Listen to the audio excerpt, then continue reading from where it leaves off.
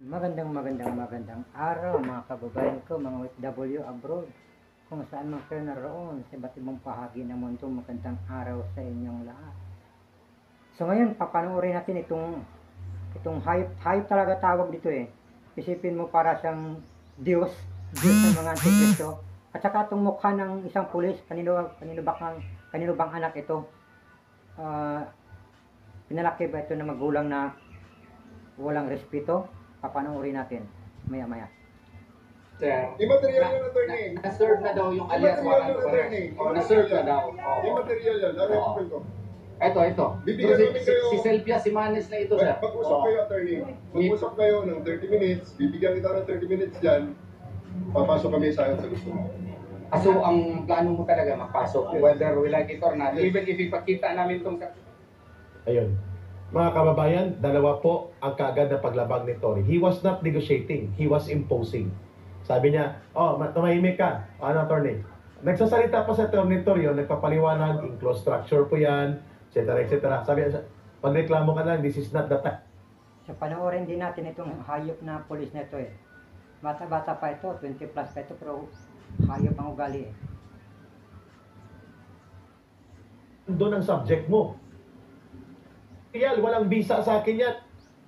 Sabi na attorney Tory yun, sir, kasi nakalagay dito, si Manis lang. 30 minutes, papasok kami. Hanapin ko lang. Ito, yung hayop na to. Paano yan pinalaki ng magulang? Baka ang magulang din yan, yung mga loko-loko. Panoorin natin.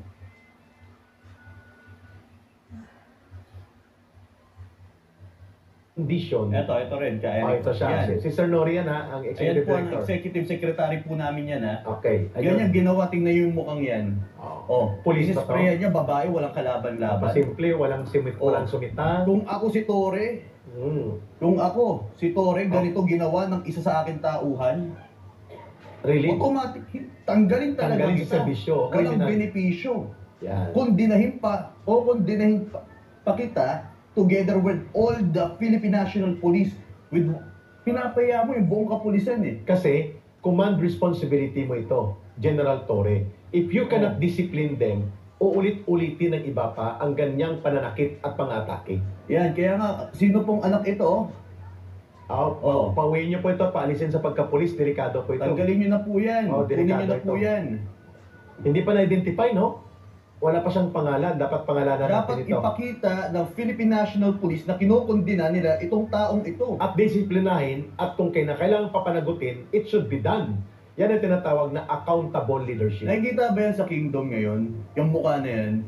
Hindi na, sa dami nila, Frank, mahirap kong Ipakita hanapin nila eh. sa Kingdom, kayong kapulisan, tignan nyo yung katabi ninyo. Kung yan yung katabi ninyo, kundinahin ninyo yan. Kung meron kayong dignidad. Tama. Dahil pinapahiya niyan yung buong organisasyon ng Philippine National Police. Tama.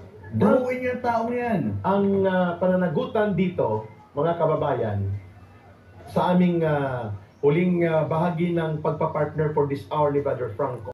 Magandang araw mga kababayan ko, mga OFW abroad. Kung saan man kayo naroon sa iba't ibang bahagi ng mundo, magandang araw sa inyong lahat. So ngayon, papanoorin natin itong hayop talaga tawag dito eh. Isipin mo para siyang Diyos ng mga antikristo. At saka itong mukha ng isang pulis, kanino bang anak ito? Pinalaki ba ito na magulang na walang respeto?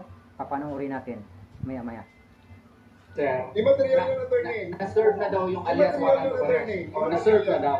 Immaterial yan. Narepin ko. Ito. Bibigyan namin kayo. Si Selvia Simanes na ito, sir. Mag-usap kayo, attorney. Mag-usap kayo ng 30 minutes. Bibigyan kita ng 30 minutes dyan. Papasok kami sa akin sa gusto mo. So, ang plano mo talaga magpasok, whether we like it or not, even if ipakita namin itong... Ayun. Mga kababayan, dalawa po ang kaagad na paglabag ni Tory. He was not negotiating, he was imposing. Sabi niya, tumahimik ka. Ano, attorney? Nagsasalita pa sa attorney Tory, nagpapaliwanag, enclosed structure po yan, etc. etc. Sabi niya, pagreklamo ka lang, this is not the time. So panoorin din natin itong hayop na pulis na ito eh. Bata-bata pa ito, 20 plus pa ito, pero hayop ang ugali eh. Doon ang subject mo. walang visa sa akin yan. Sabi na tornador yun, sir, kasi nakalagay dito, si Manis lang. 30 minutes, papasok kami. Hanapin ko lang. Ito, yung hayop na to. Paano yan pinalaki ng magulang? Baka ang magulang din yan, yung mga loko-loko. Panoorin natin.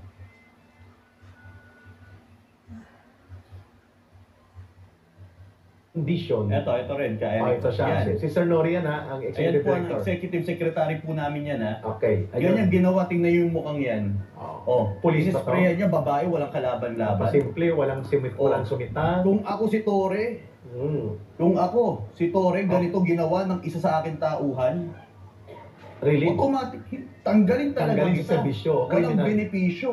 Yan. Kundinahin pa kita together with all the Philippine National Police with pinapaya mo yung buong kapulisan eh. Kasi, command responsibility mo ito, General Torre. If you cannot discipline them, uulit-ulitin ng iba pa ang ganyang pananakit at pang-atake. Yan, kaya nga, sino pong anak ito? Oh. Pauwiin niyo po ito, paalisin sa pagkapulis, delikado po ito. Tanggalin nyo na po yan. Oh, Kunin nyo delikado na po ito. yan. Hindi pa na-identify, no? Wala pa siyang pangalan. Dapat pangalanan Dapat natin ito. ipakita ng Philippine National Police na kinukundina nila itong taong ito. At disiplinahin, at kung kailangan papanagutin, it should be done. Yan ang tinatawag na accountable leadership. Nakikita ba yan sa Kingdom ngayon? Yung mukha na yan?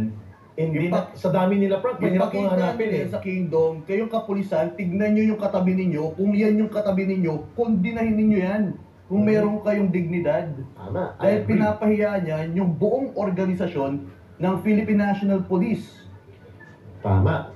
Buuin yung taong yan. Ang pananagutan dito, mga kababayan, sa aming huling bahagi ng pagpapartner for this hour ni Brother Franco,